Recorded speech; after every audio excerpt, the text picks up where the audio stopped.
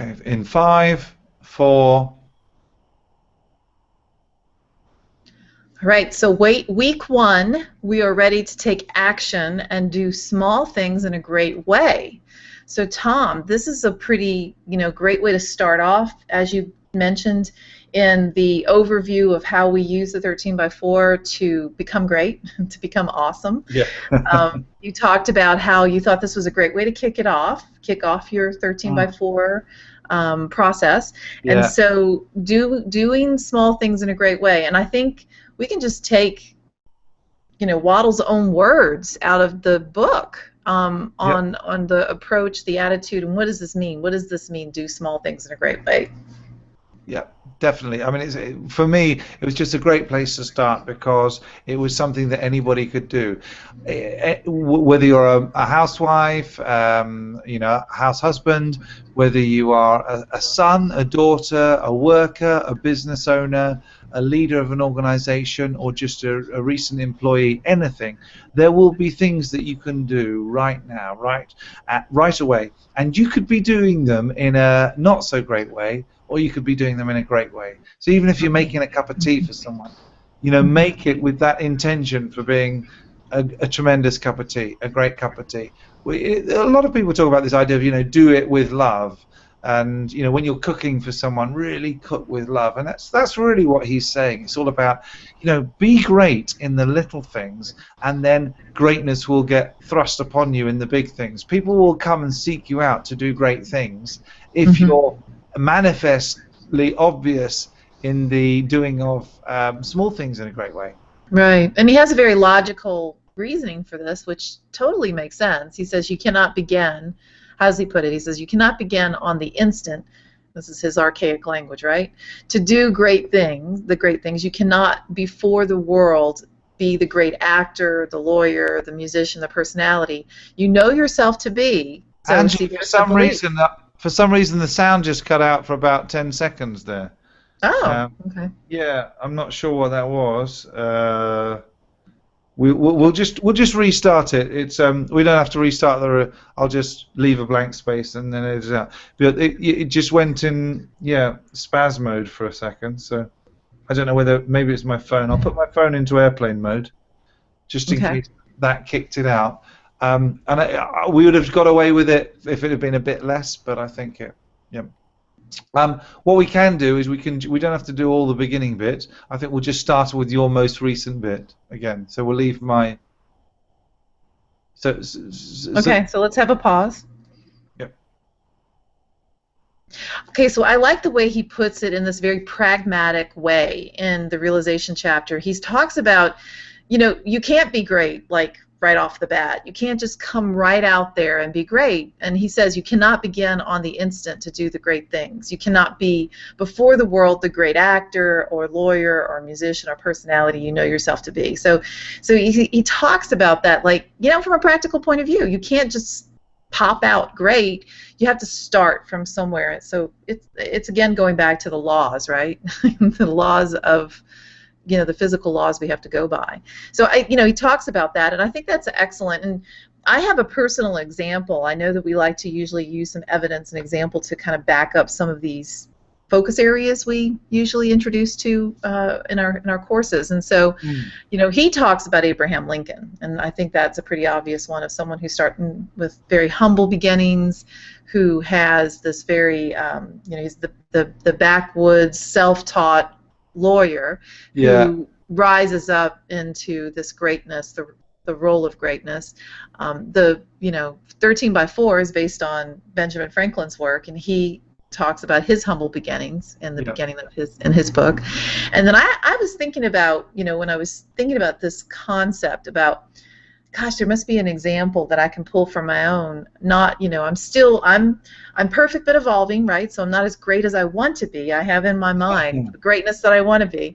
But I can see and I can track back to when I was less great, and now I have become more great, right? So I was thinking about this. I was thinking about how he says, no one will entrust great things to you yet, for you have not made yourself known.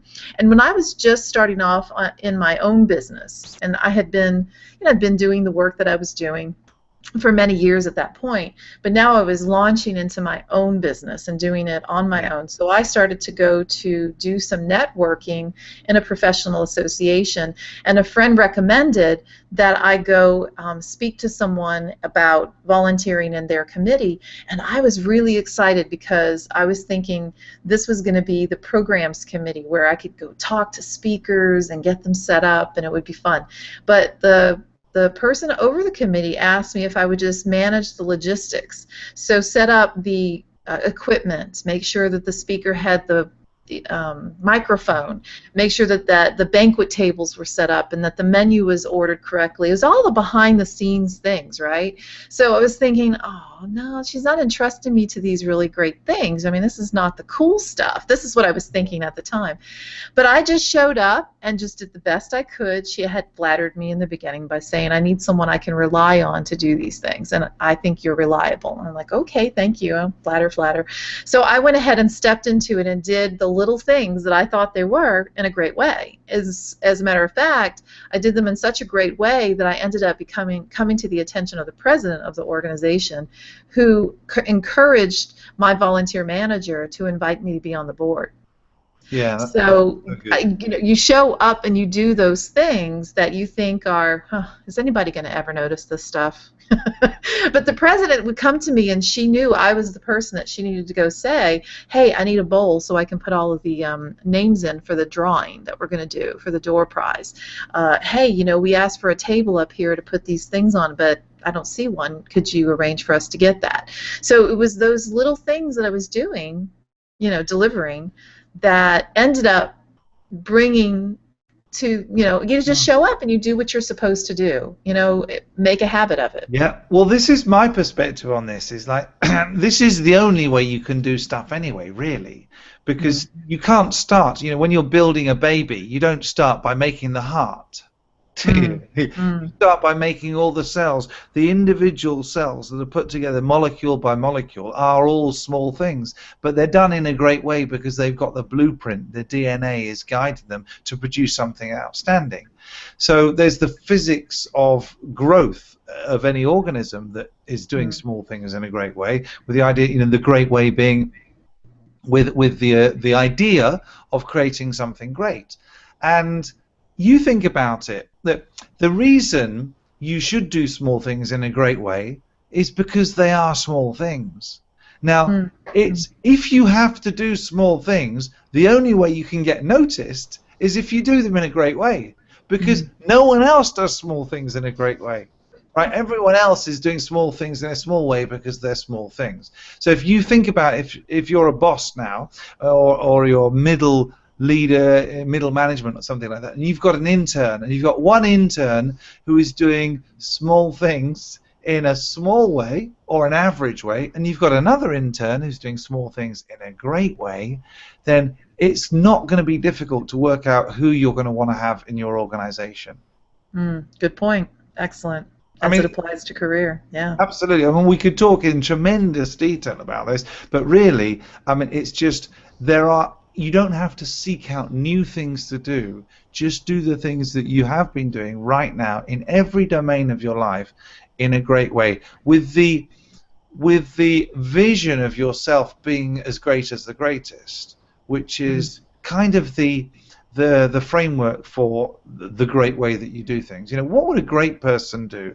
What's the great way to respond to this? What's the great way to make this cup of coffee, to reply to that nasty word or that uncompromising driver that I just was in traffic with, you know, all that sort of stuff. You know, you won't be short of opportunities to do small things in a great way. I guarantee you. The rest of this week, you'll just be inundated. Your amygdala will be shooting off all these, you know, bringing to your attention, the reticular activating system that we talk about in many of our programs will be bringing to your attention all these little things that you can be great in. So right, and Waddles calls it the small and commonplace.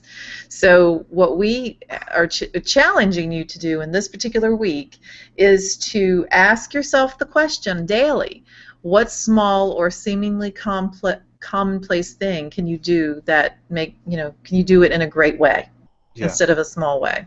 It looks small, but it's really not in the final analysis. But you've got to take the steps, the small steps, in a great way first.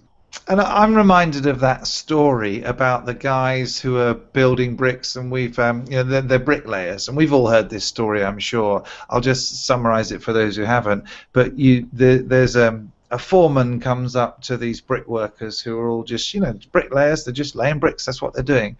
And one guy seems to be loving what he's doing so much, and they can't understand why he's so excited about what he's doing. And they talk to people, what's going on? So, well, yeah, we're just laying bricks. Yeah, just laying bricks. And they get to this guy and they say, basically, what are you doing? And he says, well, I'm building a cathedral. And this idea that, well, yeah, it's just the small things. The laying of the bricks is a pretty small thing, but if you have this ultimate blueprint for something incredible that you're working towards, which you do because it's your life vision, it is, and this is the idea of you ending up as great as the greatest. How to be a genius is one of the taglines in some of the versions of this book. The science of being great, how to be a genius. So you are going to be great, how to be awesome. You're going to be an awesome person, but that is your long-term vision. So everything you do this week is all about, what would I do if I was awesome? And in my daily life, right now. How would I do this? How would I do this if I was awesome? So what would I do? What would an awesome person do if they were in this situation? And in the daily life, in the daily workplace, in the daily relationships, you won't be short of opportunities to notice how you can basically accelerate the journey to greatness. I think this is such a lovely way to start, because you're not asking anybody to do anything that they aren't already doing. Correct. Very good. So I would just encourage everyone to go forward, and this is a very big awareness. Keep aware of it. It's an action and awareness. So you're checking yourself, asking yourself, what can I do that's great here? Is this an opportunity to do a small thing in a great way? So there's this kind of awareness checking in, and then action, then taking that action and doing the small things in a great way. Have an awesome week with this. Enjoy yourself. Have a wonderful week. You're right on that. I want to emphasize that point as well, because it is an action, but it's not a new action. It's an existing action, and all you're needing to do is just be aware of how you're doing it and just notice and say, okay, could I perhaps this week just do small things in a way that's maybe 10% more great, just a little bit. I think that's the beauty of the 13x4, the beauty of marginal gains, the beauty of the idea of incremental improvement.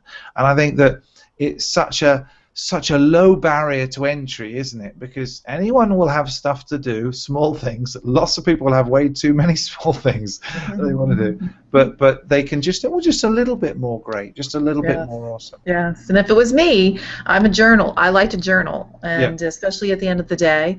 And so in addition to doing a bit of a gratitude list at the end of the day, what I might do is do a little tally of what did I do today that was small things in a great way. What was that? Even if it's just one thing, what was it? So I'd probably be doing a little journaling exercise at the end of the day. Yeah, absolutely. Okay, well, thanks for that, and what a great week that is to start with.